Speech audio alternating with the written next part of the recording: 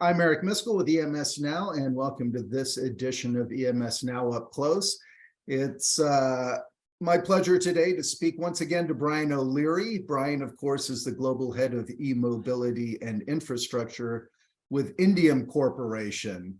Always enjoy speaking to you, Brian, because you seem to have your finger on the pulse of everything EV out there that is ever changing and developing. Well, thank you, and good morning.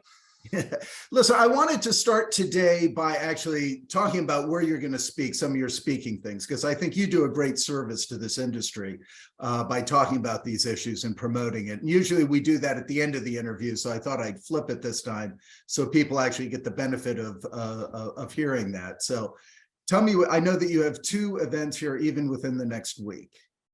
Yeah, so actually this week I'm going to be out in Anaheim at an infrastructure conference. So it's basically the charging aspect to this ecosystem, but a little bit, some topics do talk about the battery energy storage, everything that's going to be the backbone to this electrification of transportation. Mm-hmm. And it's an important conference, I think, for our industry to attend, because up to this point, I'm really one of the very few people that represent our industry in this space.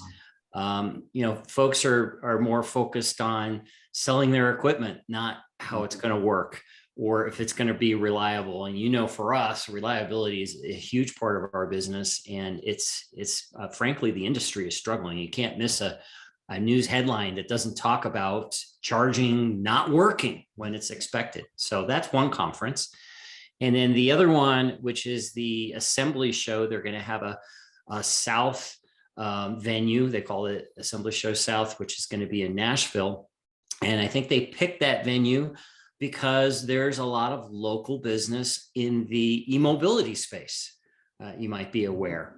Actually, one of the larger charging companies called Tritium set up manufacturing in Nashville. And there's, of course, I think it's FedEx is the local. Did I get that wrong? Is it FedEx or UPS? I think it's FedEx. But FedEx has a fleet that they're building out through BrightDrop of electric vehicles. So it's got a local economy that's already part of this new industry. And I'm sure the fact that Nashville's a fun town to visit didn't influence that selection at all, but we'll just skip over that. Hey, and then also I wanted to mention, you have what you do, the EV Insider series, and you're about to do, what is season 2 now kicking off here in this next month?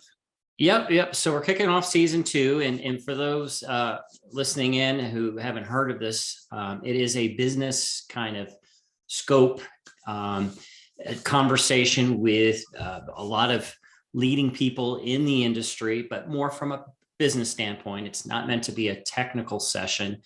And we had some real headliners last year, but this year we're going to get a little bit more specific, meaning kind of a deep dive into the why. We talk about the what's happening, but the how and why we're going to do it. And back to the point I was making about charging, why is this infrastructure not up to speed yet? What's happening? Why is the product having these real, very troublesome field failures? Yeah. So we'll be addressing that a little bit more in detail this season. Yeah. And I was noticing, and by the way, just so that we give full credit here, it's not just your show. You have a co-host, Lauren, on this as well, right? And then you invite a guest, or is it usually one guest? Is that the format? Yes. So typically one guest, and we're going to have John Thomas will be our first guest in April. And he is the COO of Autel. If you've never heard of the company, it's another up and coming DC fast charging manufacturer who is originally from China, but they're setting up shop in the United States. Okay, good.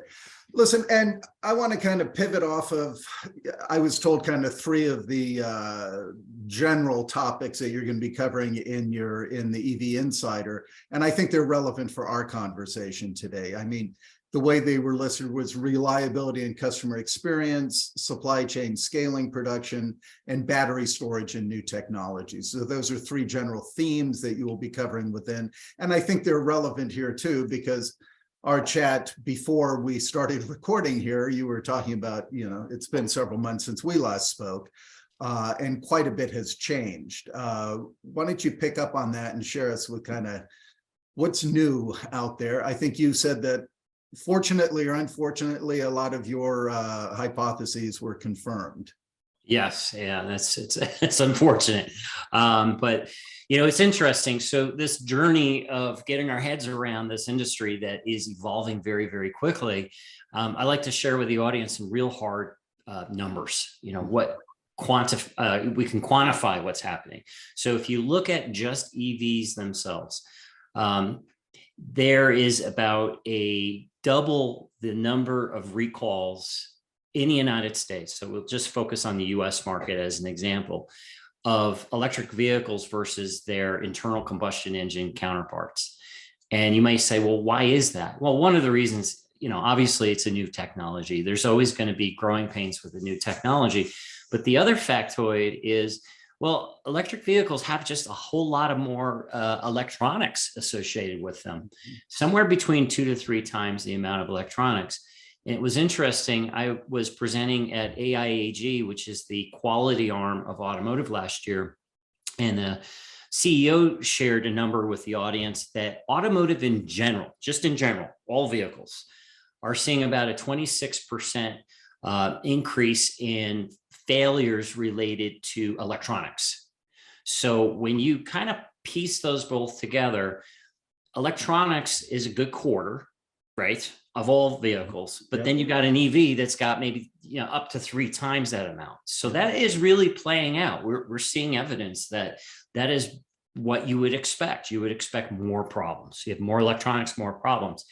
And I think the other thing that's interesting to keep in mind, and one of the things that I learned this year, spending more time in the automotive industry than I ever have before, is if you think of the legacy automotive manufacturers like your Fords, your GMs, your Toyotas, they don't want new technology in the vehicle. They want proven and reliable technology.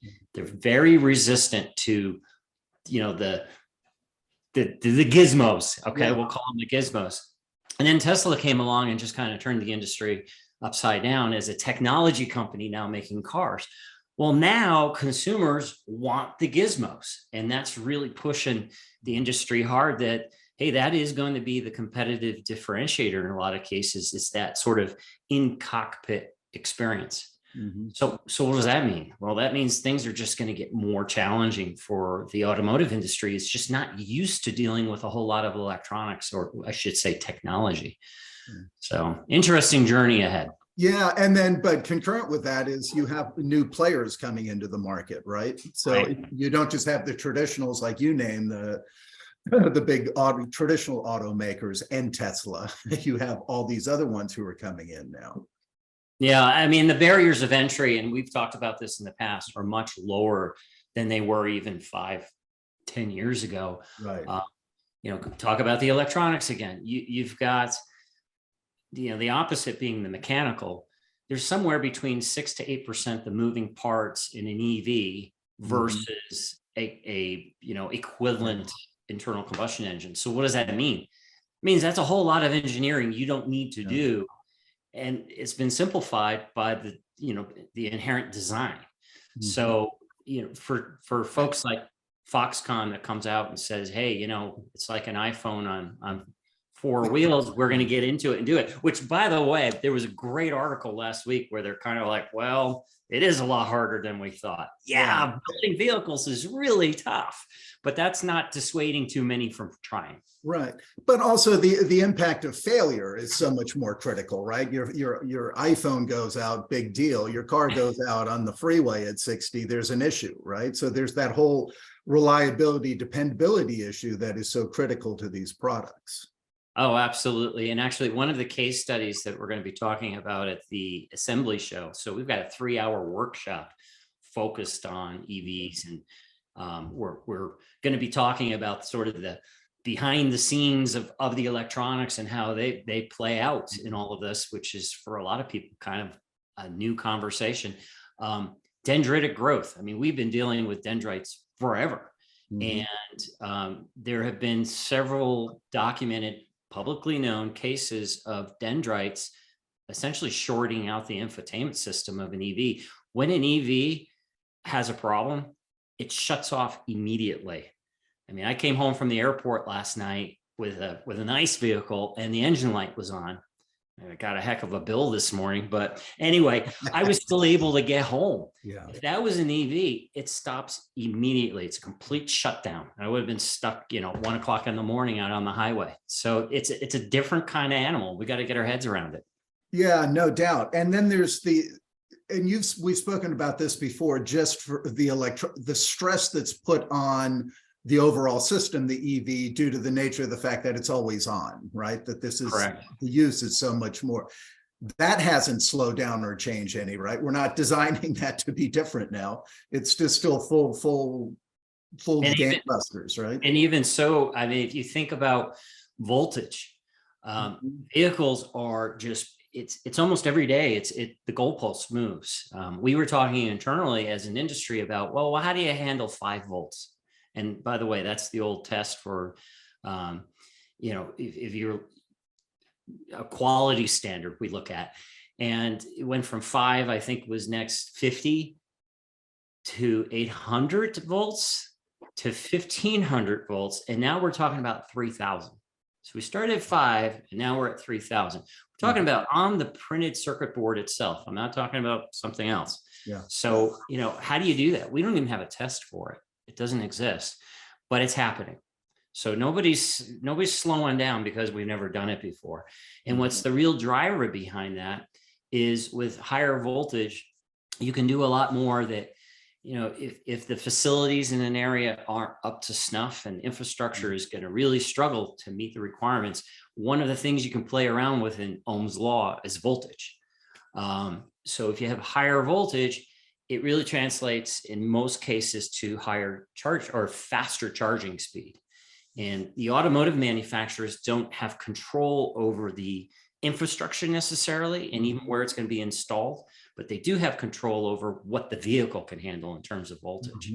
Yeah. So it's changing so rapidly. Yeah. I think we talked. Go ahead, please. No, I was going to say, and the other part of that, we're talking about from that customer side, we're talking about the vehicles, but then there's all that infrastructure that's out there and more coming, right? I know that President Biden just said something when he was in Canada here recently about 500,000, whatever it is, that's going to go in, right? But there's issues within that environment as well.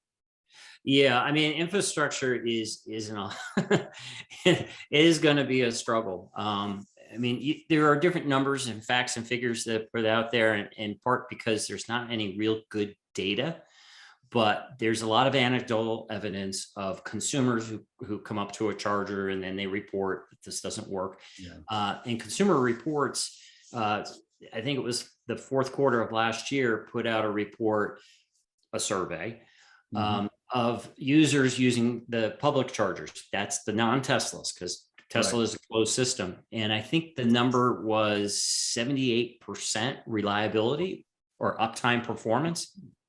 You think about how many days out of a year that's being down. That's a huge number. That's months of a product not working. And the new bill for infrastructure, if you want to be a participant and receive public money for putting in public charging, you have to be at least 97% or higher. So what does that mean? I've been out on shop floors at several companies that are building charging equipment, and it varies. You've got the very, very good, robust type of design. Think of like conformal coating, potting, that kind of thing. It's going to protect the electronics from the environment, to an extreme where it was something bought off the shelf from, let's just say outside the United States, somewhere else, more of a consumer electronics grade, just cobbled together and voila, here's your charger. It's no surprise that there are problems. And what's kind of disconcerting is a lot of the public charging that's out there today may not even be getting the duty cycles for what it was designed for. So people just assume, oh, it's okay, it's working, but it might only see one session a week. When all of a sudden we're going to get all these EVs come online, and voila, you're going to find out this product no longer works or never really did work, but we didn't know. I was talking to one manufacturer. He says, yeah, if you don't use the product after a certain amount of time, the capacitors go bad. So as soon as you turn it up, they crack. Yeah. So we're in for quite a journey. Oh my, and then there's the whole home charging element to this, right? So, and that's a big thing with a lot of people wanting to develop in their own products, right? And then, so I don't know if there's a lot of, maybe it's the same like you're saying, I don't know what the standards are for that, if there are even standards for that. Well, there's UL standards. I mean, there are standards, but they're mostly focused around keeping you safe from like fire and electrocution, that kind of thing. Not so much in reliability. So this 97% uptime performance is the first time that there's even an idea of a measure. And speaking of measures, which is kind of fun, the old DMAIC, define, measure, analyze, improve, control. Yep. Well, you can't measure something if you haven't defined it. Well, guess what? They haven't even defined what 97% means. So money's being doled out. Here you go, states. Yeah. But what does that mean, 97%? Yeah. What happens if the cellular tower is out and you can't make payment? Is that the fault of the manufacturer? Or somebody vandalizes the unit? Is that the fault of the manufacturer? Yeah. It's really interesting. Hey, and how has it been from a supply chain perspective over this? I mean, this last year, obviously, EMS industry has struggled, right, with component shortages and everything. But now, with this increase in the electrification, increase in all these vehicles, what's the impact there? Are they suffering just as well as every other industry sector, or even worse? Well, it really depends on what we're talking about and what technology. So I'll just be very brief. In the automotive space, of course, we've all heard about chips and chip shortages, and that's an equal opportunity problem worldwide.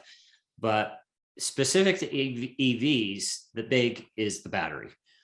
Where are we going to source the batteries and in what quantity? And of course, with legislation, again, I'm going to just use the United States as an example. If a consumer, you and I, are going to receive a nice tax break up to $7,500, those batteries in large part have to be sourced from the United States. Now there's, it could be a partner like Korea and so forth, but in essence, it's got to be made in the United States. So there's a huge push to build battery plants. You see them sprouting up all over the US. It looks like a lot. It really isn't. I mean, China in comparison is way, way far ahead when it comes to battery technology. Now that's the batteries. Then you look at things like the infrastructure. I mean, I can go on about automotive, but I think the infrastructure is another interesting story. That if you're going to build a public charger, so there's two levels to that. Level 2 is your kind of Costco slow charger you find out in the parking lot. Level 3 are those DC fast chargers. Those are the ones kind of more mimicking your experience of going to a gas station and taking about 15 minutes to charge. Both of those systems will have to have 55% or more of the cost from the United States. No, not Canada, not Mexico, but from the United States. And in practical terms, what does that mean? The vast majority of public charging is going to be level 2. And when you open up a box, it's mainly electronics. Yeah. And I've already got customers who are having to find sites in the United States to build these because it won't meet the requirement if it's like in Mexico, for example, which is quite common. On the DC fast chargers, there's a lot more going on. You can have cooling systems in some cases. There's, the big copper cabling and all of that.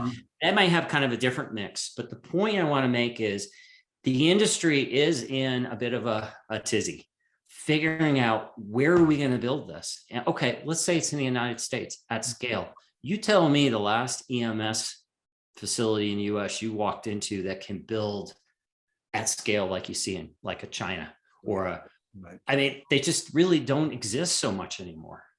It's going to be a real challenge. And then the other big, and I have these conversations, I was just in Mexico last week, everybody's struggling over labor.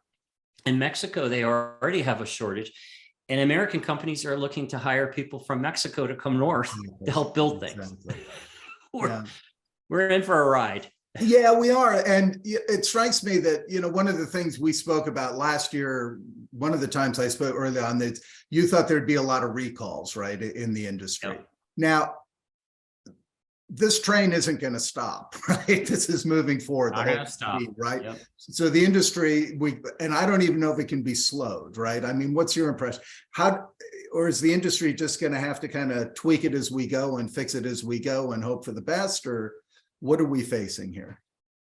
Well, you've always got legislation, you've got standards, there's carrots and sticks, right? And I think we are at a point right now that everybody's trying to catch up. We within our industry, standards committees and so forth, I'm on some committees. We're all just trying to come up with, well, what is it that, it needs to be? Like in the case of high voltage, how do we test this? Until we have standards, people are going to sometimes overshoot in terms of quality. And other times they're going to cut corners because there's no accountability, if that makes any sense. Yeah.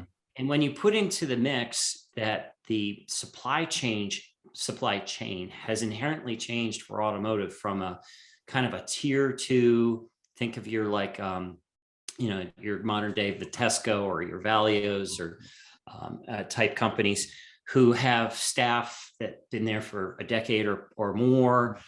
They make more margin too, for that reason.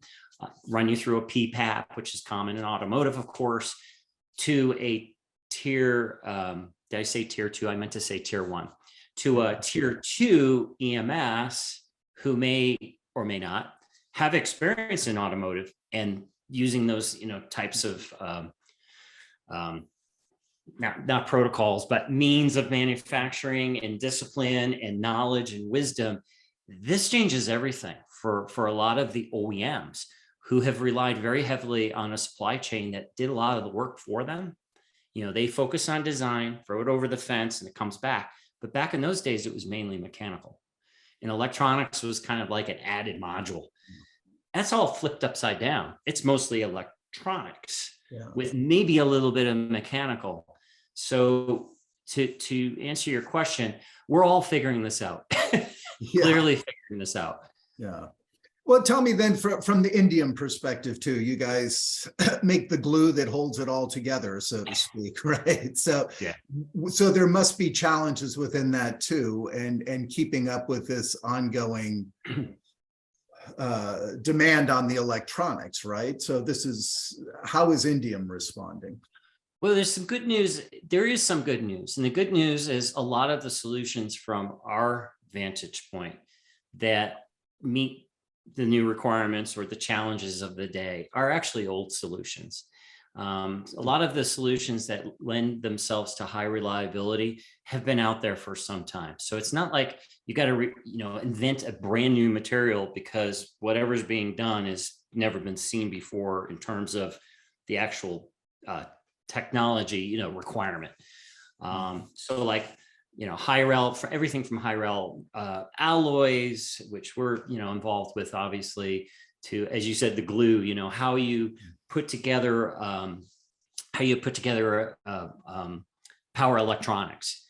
I mean, these already exist. It's just understanding the requirement and applying the right material. So I'm not worried about that. It's more of just the knowledge gap. It's folks that, for example, they're assembling an infotainment system. An infotainment system 10 years ago was just that. It was the radio and a bunch of other stuff. An infotainment system today has morphed into like your intelligence, your command and control. It might have an aspect of ADAS to it, autopilot, all of that. And you look at the actual boards, they look like more like server boards you find in a Cisco router. It might have some very large components and then fine discrete, even CSPs. I mean, CSPs used to only be in cell phones, and now you're finding them in automotive builds. So there's a lot of challenges. And for like an EMS, they may not have experience like working with some of these fine discrete components in very, very low volume. They're asked to do some prototypes, right? It's one thing to build an iPhone in the hundreds of thousands. You have a clear process that's set up for high volume versus something that's kind of a high mix. low volume. It's a real challenge. So for us, we have experience doing both. So that's where we come in a lot of times, is more on the process knowledge, so much as the material. Yeah, that makes sense, actually. So, I like to think in life, that there are very smart people working problems in their lane in life, right? And that this is, I don't know that there's something fundamentally wrong. Correct me if I'm stating that within what's happened. It's just that we're not there yet. That seems to be the theme, right? This has taken off so quickly that it's kind of pulling the industry with it. And a lot of smart people, I'd like to think, are working on this diligently to try to make sure that it doesn't go off the beam too bad. Yeah. I mean, you make a good point. We're not there yet. And I would say it really kind of depends on the subset technology when it's going to mature. Mm-hmm. But I think, and I can give it a good example of that. In general, though, I think this is a journey that's going to last maybe the next 15 years. Yeah. Where it's still, innovation is still pushing the envelope. Yeah. I was just in a conversation recently in the world of power electronics, and finding that a lot of the OEMs are looking to actually build them themselves. And it's like, well, why? And well, it's because, first of all, we're having a hard time getting our hands on them. That's part of the supply chain issue. The other one is, frankly, what's coming out of, and this is in the case of silicon carbide, which is being driven by high voltage. A lot of what's coming out of, maybe a Asian sourced market, there may be inconsistencies. We've got to swap out different manufacturers because we can't get the quantity we want. But the point being is that technology has not fully baked yet. So this is to be expected, but there will come a time it will, and it will be easier to source, externally. But the market's moving so fast. A lot of manufacturers don't have they don't have the ability to entertain any other, option other than we just got to do it ourselves if we're gonna get ahead. Right. I remember, I think the first time I spoke with you, Brian, you said that the next 10, 15 years are gonna be the Wild West in this industry. And I think that's still kind of a good prognosis. The way this is going to go, and that there'll be some successes, but also some frustrations on that journey. So, yeah, I don't think that's letting up at all. The Wild West, this has just begun, because we haven't seen the flood of products out on the market long enough to start seeing some of the true problems. Yeah. I often get asked, hey, what percentage of recalls is related to the electronics? And do we know why? Well, nobody's reporting why. You hear about the recall and it just kind of, they fixed it. Yeah. But we do hear there's a lot more. But I can say, by looking at the way products are built, it's just inevitable that there's going to be issues, because the market is just not mature yet. It takes time for a market to mature. Yeah. Now, automotive ICE vehicles have had 100 years to figure out how to build things. Yeah. And they still break down. Right, exactly. Brian, thank you. I always enjoy speaking to you. I like, like I said, and for the audience watching, and as Brian said earlier, he's involved on the kind of as representing our industry in these other platforms or arenas. And so please reach out to him, support his work. As we did at the beginning here, he appears speaking at industry events. He will have the season 2 of EV Insider, which you can sign up and listen to for free. So there's no charge there. So I encourage everyone to reach out to Brian. I found him on LinkedIn, and I'm sure others could as well. So but Brian, keep up the good work. This is excellent. And hopefully we get another update later in the year. Sure. Sounds great, Eric. Thanks. Thank you, sir.